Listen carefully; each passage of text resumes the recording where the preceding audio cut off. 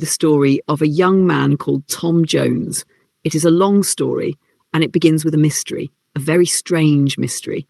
You see, many years ago in the English countryside, there lived a gentleman named Mr. Allworthy. He was a rich man. He had a beautiful country house in Somersetshire, and he was known as a kind and generous gentleman. He lived there with his sister, Miss Bridget Allworthy. Now, one day, Mr. Allworthy came home from London. He had been away for a while. He was tired, and naturally he wanted to go to his bedroom and rest. But when he entered his room, he stopped. He stared at his bed. There, lying quietly on the bed, was a little baby boy. A baby! Mr. Allworthy was completely astonished. He looked at the baby, then he looked around the room. He had no idea who had put the child there, so he began asking questions. Where did this baby come from? Who is his mother, and where is his father? Mr. Allworthy was determined to discover the truth. He made inquiries all around the neighbourhood. And after some investigation, suspicion fell on a young woman named Jenny Jones. Jenny was a poor young woman. She had been living in the neighbourhood. She had also been taught by a schoolmaster named Mr. Partridge. People began to say that Jenny was the baby's mother, and they suspected that Partridge was the father. Mr. Allworthy believed what he was told. He was angry, so he ordered Jenny to leave the county. She had to go away. Partridge also lost his good name. He became very, very poor, and before long he left the area too. But what was Mr. Allworthy going to do with the baby? That was the important question. He could have sent him away. He could have given him to another family. But Mr. Allworthy looked at the little child and felt pity. The baby was innocent. He had done nothing wrong. So Mr. Allworthy said, in effect, this poor child shall not suffer for the sins of his parents. And he decided to raise the baby himself. He gave him a name, Tom Jones. And that, children, is where our story begins. Now, you might think that because Tom had found such a kind guardian, he would have an easy life. But life is rarely that simple. Soon afterward, Bridget Allworthy married a man called Captain Blifil. Captain Blifil came to live at the estate, and after some time, Bridget had a baby of her own. It was a boy. They called him Blifil. So now there were two boys growing up in the same household, Tom Jones and Blifil. But Captain Blifil did not like Tom, not at all. You see, Captain Blifil wanted his own son to become the heir of Mr. Allworthy. He wanted Blifil to receive the money and the property, and Tom was a problem. Tom was another boy in the house, another possible heir. So Captain Blifil looked at Tom with jealousy. But one day, while Captain Blifil was thinking about money and property, something terrible happened. He suddenly became very ill, and before long, he died. So the two boys continued to grow up together.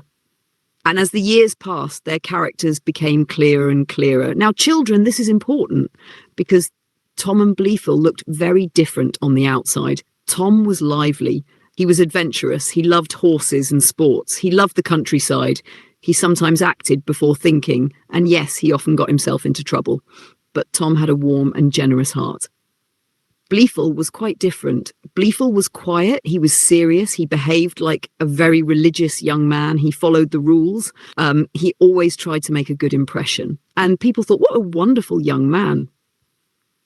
But there was a secret behind that respectable face. Blifil was selfish, he was jealous, and he was very good at hiding his true feelings. Tom had two teachers.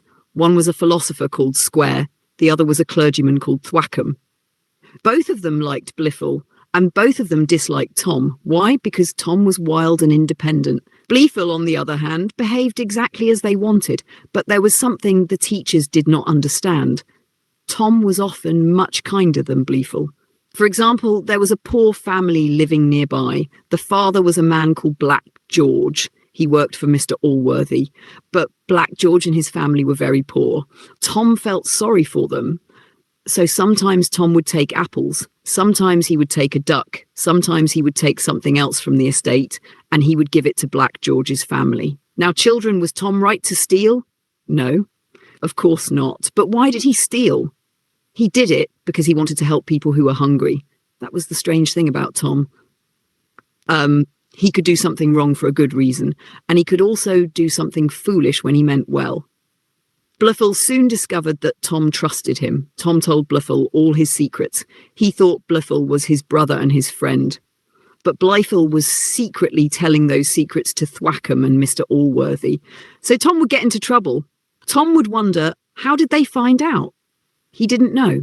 He didn't realise that Blifil was betraying him. But the people in the neighbourhood began to notice something. They heard about Tom helping Black George. They saw Tom's generosity. And gradually they began to like Tom. At the same time, they began to see something unpleasant in Blifil.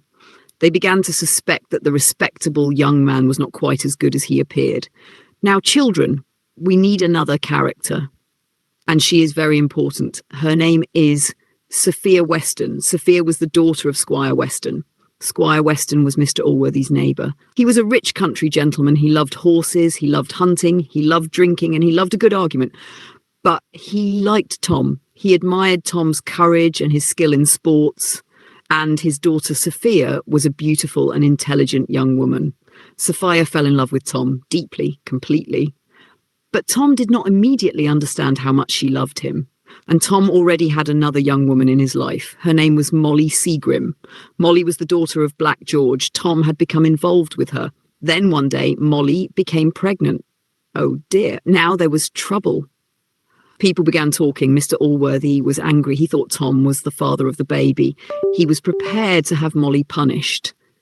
But Tom did something that showed his generous nature. He stepped forward. He said, if anyone is to blame, blame me.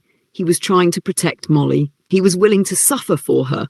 But later, Tom discovered the truth. Molly had been seeing other men. So Tom realised that the baby was not his. And now he was free from his promise to Molly. By this time, Tom had begun to understand his own feelings. He really loved Sophia. But just when Tom's love story was beginning, another crisis came. Mr. Allworthy became seriously ill. Everyone feared that he might die. His family and friends gathered around him. And because he thought he might not have much time left, Mr. Allworthy read his will. Most of his property was to go to Blifil. Tom would receive something, but Blifil would receive much more. Tom was deeply upset, but not because he wanted the money. He was upset because he loved Mr. Allworthy. He stayed beside the sick man's bed. He hardly left him. Then, suddenly, a lawyer named Dowling arrived. He brought terrible news. Bridget Allworthy had died. Yes, children, Tom's supposed aunt was dead. Blifil's mother was dead. Everyone was shocked. But then, just as suddenly, another piece of news came. The doctor announced that Mr. Allworthy was going to recover. He was not going to die. Tom was overwhelmed with happiness. He became so happy that he drank too much, and soon he was drunk. Blifil saw him, and Blifil insulted him. He called Tom a bastard. Tom became furious. He struck Blifil, and now the situation became even worse. Because Tom had promised Sophia that he loved her, he truly did. But Tom was still weak when it came to women. Soon afterward, he met Molly again, and he became involved with her once more. So children, remember this about Tom. He was not a perfect hero. He had a good heart, but he made mistakes, many mistakes, and those mistakes were going to bring him a great deal of trouble. Now, Sophia had an aunt called Mrs. Western. Mrs. Western had helped bring Sophia up. She came to stay with her brother, Squire Western, and as usual, the brother and sister argued. They argued about almost everything, but they agreed on one thing. Sophia must marry Blifil. Mrs. Western tried to persuade Sophia. She promised to keep Sophia's love for Tom secret, but Sophia would have to accept Blifil as a suitor. Blifil was delighted. He began courting Sophia, and he became so confident that he started telling everyone that Sophia loved him. Mr. Allworthy believed him, but Sophia hated the idea. She did not love Blifil, she loved Tom. Her father became furious, and Blifil took advantage of the situation. He went to Mr. Allworthy and told him terrible stories about Tom. He said Tom was a drunkard. He said Tom was a rascal. He made Tom seem like a completely worthless young man, and Allworthy believed him. So finally, Mr. Allworthy ordered Tom to leave the county. Tom was heartbroken. He did not want to leave Sophia, but he felt that he had to a man who had raised him. So Tom left his home. And children, this is where Tom's great journey really begins. We have reached the point where Tom has been banished from Allworthy's home and leaves the county because of Blifil's lies. From there, the story continues with Tom's journey, his meeting with Partridge, Mrs. Waters, Sophia's journey to London, Lady Bellaston, the duel with Fitzpatrick, Tom's imprisonment, the discovery of his true parentage, and finally, Tom and Sophia's marriage.